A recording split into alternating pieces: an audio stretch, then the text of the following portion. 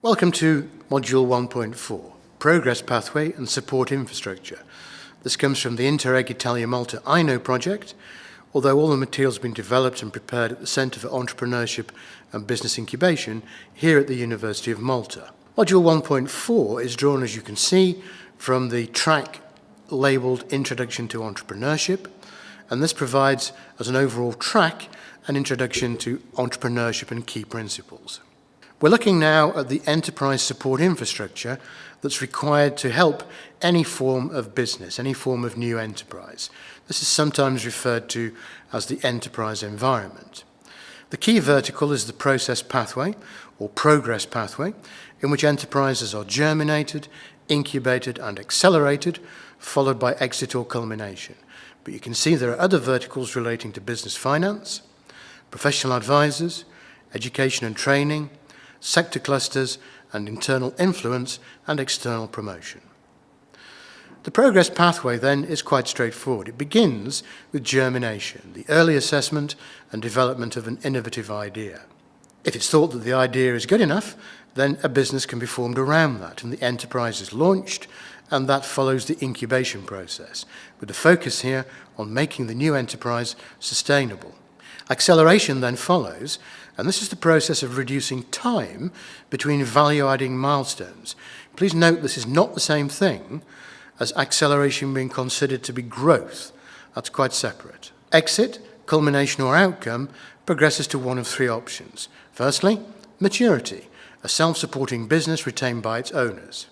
Secondly, transfer, sale or full or part ownership to new owners, perhaps through a management buyout, MBO, floating on the stock exchange even, an initial public offering, or a trade sale where the company is sold to another company. Or, sadly, closure, where the enterprise ceases trading. The infrastructure requires proven support, and that requires outreach, schemes within the community that draw innovators into the network. They're often organised by national or regional government bodies, and the best ones often are those run by universities.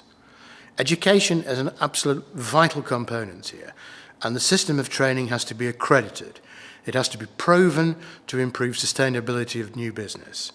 Those are often provided by higher education institutions. And there has to be evaluation, the provision of mentoring by validated individuals who are trained and recognised as being capable and competent to support new business founders. Business finance comes from three main areas in the basic arena of finance: grants, usually from government, debt, usually from banks, and equity, usually by private individuals or business angels buying shares in a company. Professional advisors, we limit just to two.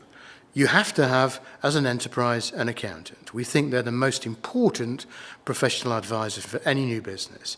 But having a lawyer capable of drawing up business documentation, such as contracts, shareholder agreements, is absolutely vital. Clusters relate to networks and resources. And networks are usually formed by regional initiatives, either government or sector-based, but are sometimes based around national trade bodies. Resources include all sorts of things: incubators, business parks, sources of personnel, of course, internet service providers, transport infrastructure, and so on. Influence is something that's terribly important. It's usually restricted to influence over awareness and policy within a territory. This may require an individual with technical expertise or someone with both technical and business experience. Groups of accountants and lawyers may be co-opted into informal mechanisms of influence in order to advise and help draft legislative change, political change and so forth, needed to help develop a country's economy. So influence is really exerted by a number of individuals working together. Promotion, again, is often regional and national, and that includes events to showcase products and services. It may also include trade missions to other countries. And some territories appoint a so-called czar, usually an experienced and successful business individual tasked with advertising in a different country. Sometimes an ambassador is appointed to promote specific trade industries abroad. So the enterprise support infrastructure then requires a number of components to be helpful for any business that needs to be launched via an incubator and accelerator.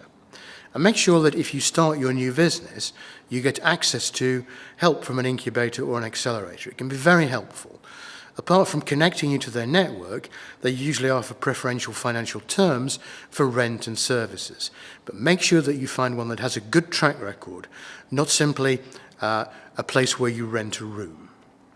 So at the end of the standard lecture, this is where we ask for any questions. But for now, thank you for watching this presentation.